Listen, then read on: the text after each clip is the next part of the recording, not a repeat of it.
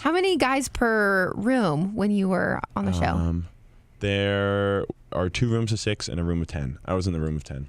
Wow, you were in 9 other guys in one? Wow. Which was sad because then so you don't see what rooms everybody's in, obviously, but my room took the brunt of people getting kicked off. So you just see everybody. Yeah, so the first night we slept there were 10 of us. Yeah. By the last night, there were 4 of us. Oh.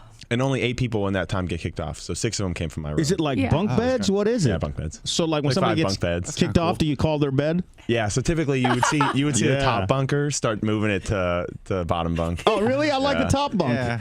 Well, you can then you can drape like a blanket over you and make it like a dark little cave so no light comes in. It's kind of like college again. Yeah. What? No, Hannah doesn't go in the bedroom. Hey, you don't know.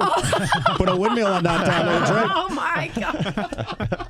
Is there a limit to the alcohol you can have on there? They do limit it 2 drinks per hour. Oh. Which in the guys' experience on Hannah's season, if you wanted to kind of be feeling it later that night, you kind of had to plan in advance because it takes us a little bit more to get drunk. Right. So you plan time to start drinking at 3 o'clock. Some people would start drinking at 3, knowing that at like 10, it'll kind of finally build up. For the women, oh my God, I think we would be sober the entire time. Yeah, I think 2 drinks an hour. Yeah. Then we do that when we come to work. On the Bachelor, no, there's a bartender and everything.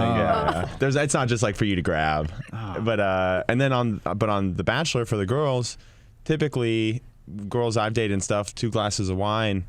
They're pretty good. You don't know Denise. That's an appetizer. Oh, my gosh. So do they have the same rule of 2? I imagine so. Really? That's interesting. And that's because of Bachelor in Paradise. Didn't they have something go down, and then that's why I'm they sure it's limited liability or something. Because back in the day, I think it was like open bar or something. That's what I've heard, yeah. Yeah. I think in the past couple of years they changed it. That's interesting. So when you see him holding champagne, does that count as part of the 2 drinks an hour? At the end of a rose ceremony, no. Everybody gets that's champagne. different. Yeah. Does it annoy you like it does me? Probably not. But does it annoy you when there's 1 rose left and he comes out to tell everybody there's 1 rose? It's right there. Yep. I'll tell you, Matteo, where I just decided the season's done for me. All right. Done. It was when he kept the champagne gate girl on, Kelsey. Yep. Right? When she got a rose, do you think that was producer influenced? I've never been the lead, so I'm not really sure how it works on that end. Do you think I wouldn't be surprised if there's some meddling, but also I think Peter maybe at some points was like, she had a hard week, wanted to maybe make her feel better. I don't know. Because Peter seems like a really kind guy where I could see him saying that, I feel bad for her. Let me just make. Exactly. You would have given her a rose because she had a hard night? I don't know. I definitely would be trying to comfort her because I think I'd feel bad. I think Peter is also right now confused and has no, I think him and Hannah Ann were both just very confused on what was happening. Yeah.